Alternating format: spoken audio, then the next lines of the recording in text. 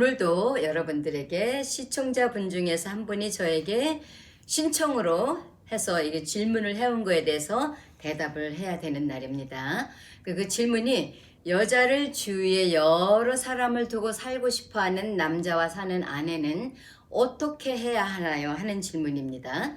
물론 여자에게도 문제가 있고 남자에게도 문제가 있을 수 있지만 오늘은 아내가 이런 남편과 살 때 어떻게 해야 하나요? 하는 질문이기 때문에 남자가 문제가 있는 것처럼 제가 설명을 해드릴 수밖에 없어요. 이게 문제가 되는 줄 알면서도 남자들이 그런 행동을 할 때는 그 남자가 구태여 꼭 나빠서 그런 건 아니에요.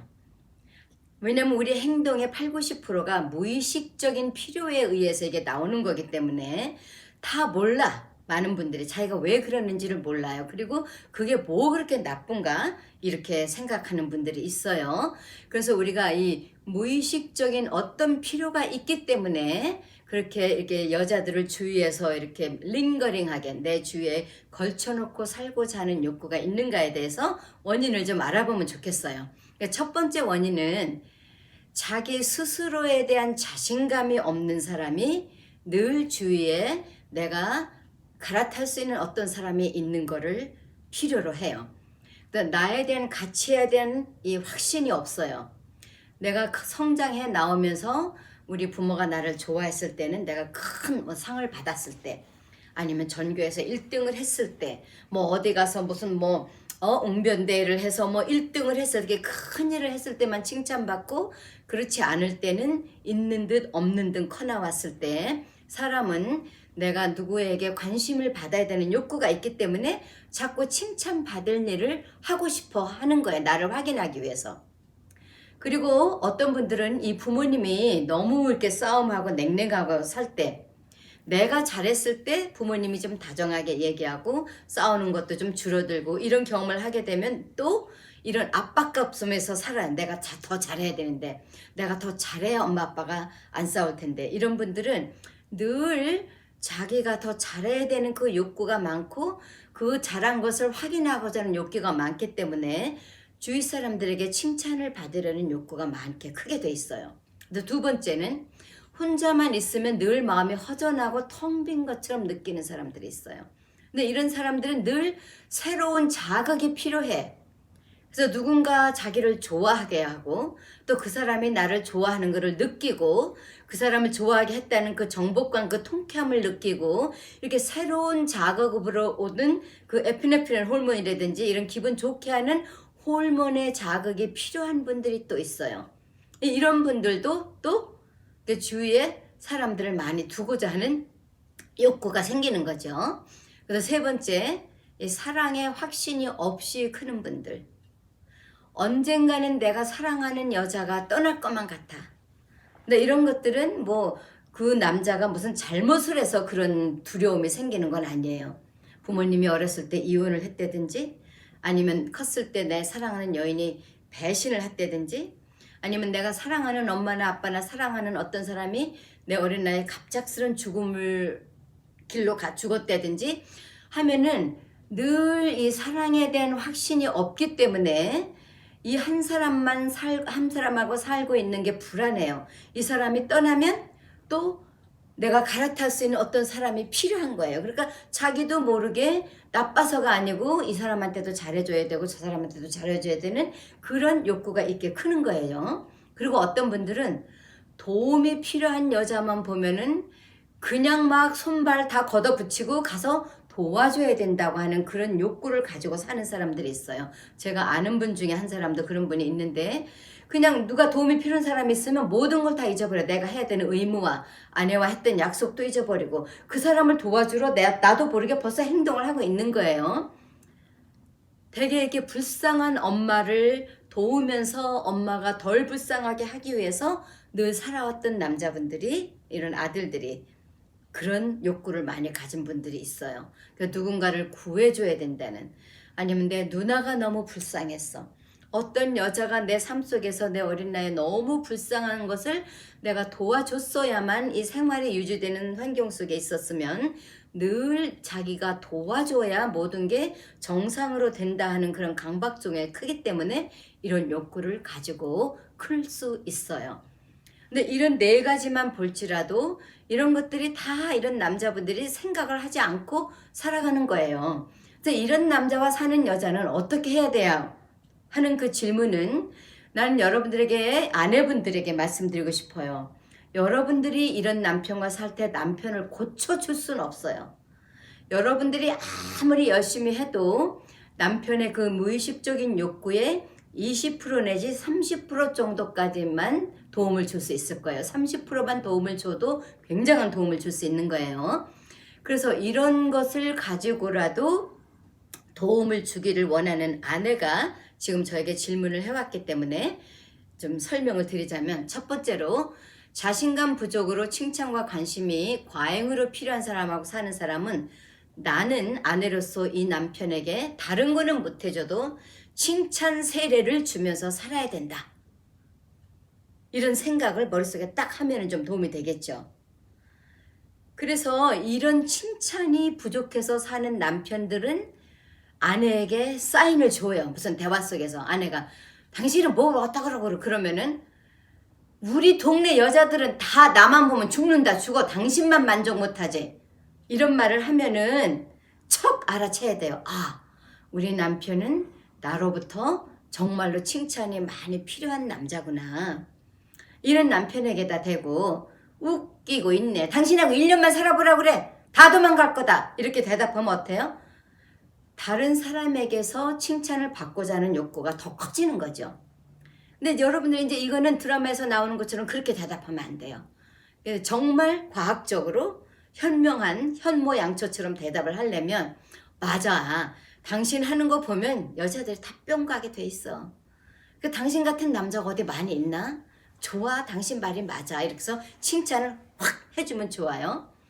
또 이제 어떤 남자들은 이런 거는, 이 말은 제가 상담을 할 때도 많이 들었어요. 그러니까 너만 나한테 이러지 우리 교회 있는 집사들 다 나하고 살고 싶어 한다.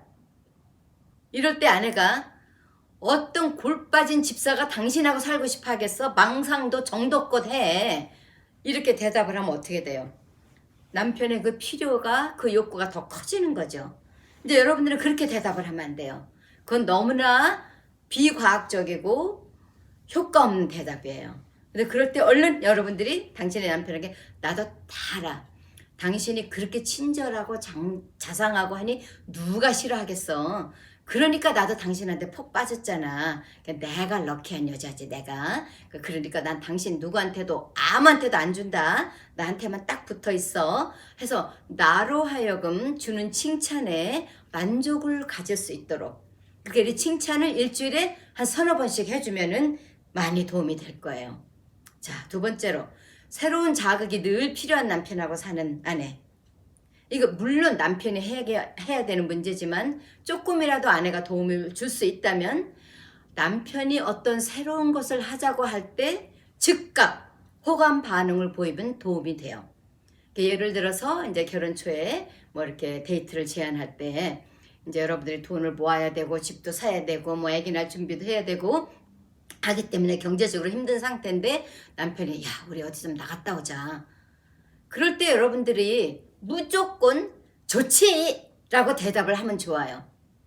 근데 그런 상황에서 많은 여자분들이 돈을 아껴서 지금 모으는 상황이니까, 당신은 지금 우리가 어떻게 살고 있는지 몰라? 돈이 어딨어, 어디 가서 놀러 갈 돈이 어딨어 라고 구박을 줘요. 근데 그런 경험을 여러 번 당하다 보면 남편들이 아내와 새로운 것을 하고자 하는 용기가 사라지죠.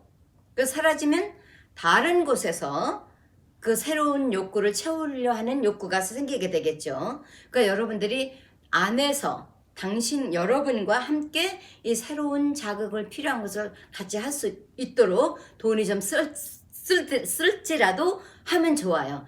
그때 돈을 조금 쓴 게, 몇만 원이라도 쓴 게 여러분들이 나중에 이혼하는 것보다 훨씬 싸게 되는 거예요.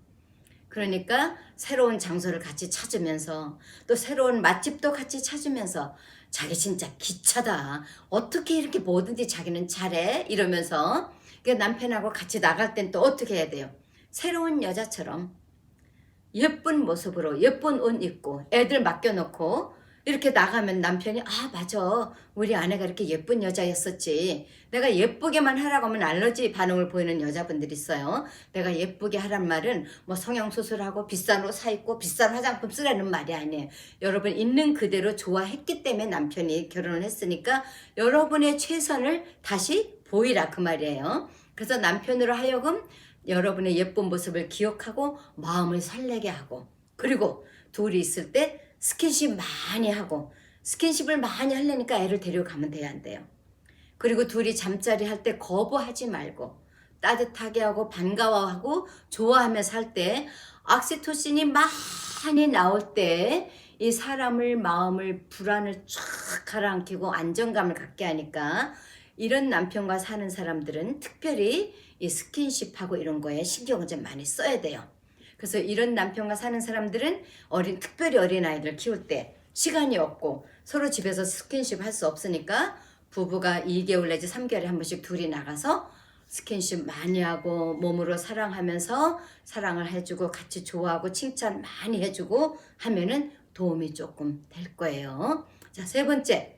사랑에 확신이 없어서 늘 주위에 갈아탈 사람을 두려고 하는 사람.